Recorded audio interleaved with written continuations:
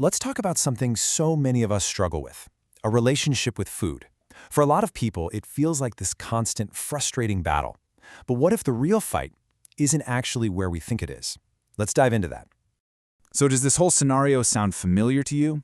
You know exactly what you should be eating. You start a new plan, you've got all the best intentions in the world, but then life happens. Stress hits, maybe boredom kicks in, and just like that, you're right back where you started, falling into those old emotional eating habits or caving to cravings. It's exhausting, right? And listen, if this is you, you're definitely not alone. Well, here's a key insight from decades of work in this area. That struggle, it's usually not a failure of willpower. No, the real issue is that we're trying to solve the problem on the completely wrong level. Okay, so this slide breaks it down perfectly. On one side, you've got your conscious willpower. That's the part of you that's actively trying, really fighting to make better choices. But on the other side, you've got your subconscious habits. These are the powerful, automatic programs that are actually driving your behavior. Think of it this way. Your willpower is like you in a tiny little raft paddling like crazy against this massive ocean current. Sure, you might make a little progress, but it's absolutely exhausting. And eventually, that current is just going to take over. So, what is that powerful current we're talking about?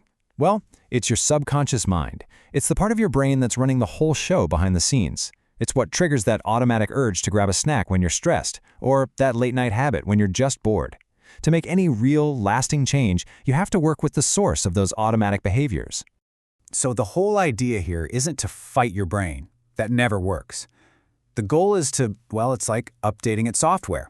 You want to align your subconscious, automatic responses with your conscious health goals.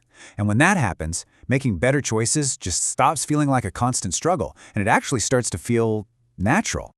And this isn't some brand new idea. This kind of approach has been refined over decades. For example, the Orlando Hypnosis Center has been helping people with this for over 30 years, focusing specifically on how to change that outdated programming right at the subconscious level. So what does this process even look like? Well, it's a collaborative and drug-free approach. It all starts with a really deep dive into your unique patterns and goals. From there, it moves into personalized hypnotherapy sessions, where you're guided into this state of deep relaxation and focus. And it is so important to note, you are fully conscious and in control the entire time. And finally, you actually learn self-hypnosis techniques so you can reinforce these new, healthier patterns all on your own. And wow, this quote really says it all, doesn't it? This is from a client, Nancy, from Clermont. Just listen to that language, back in control. And notice it's not just about her eating. She says it's about her whole well-being. That really speaks to a fundamental shift that goes so much deeper than just another diet. And what's so interesting is that Nancy's experience seems to be a common theme in client reports. People talk about cravings just reducing, a natural new ability to tell when they're actually hungry or full, and finding better ways to handle emotions without immediately turning to food. But the key point here, like one client put it, is that they've changed life choices. They haven't just gone on another diet. It's like creating a whole new default setting for your brain. So really, it all comes down to this, doesn't it? Instead of fighting that same battle of willpower day in and day out, what if you could just change the conversation? What if you could finally get your subconscious mind on the same team as your conscious goals? Look, if any part of this story we've been talking about today, if it hits home for you, and if the idea of working with your mind instead of constantly fighting against it makes sense, then maybe it's time to just explore what this kind of approach could look like for you. And hey, the next step isn't about some huge commitment. It's really just about education.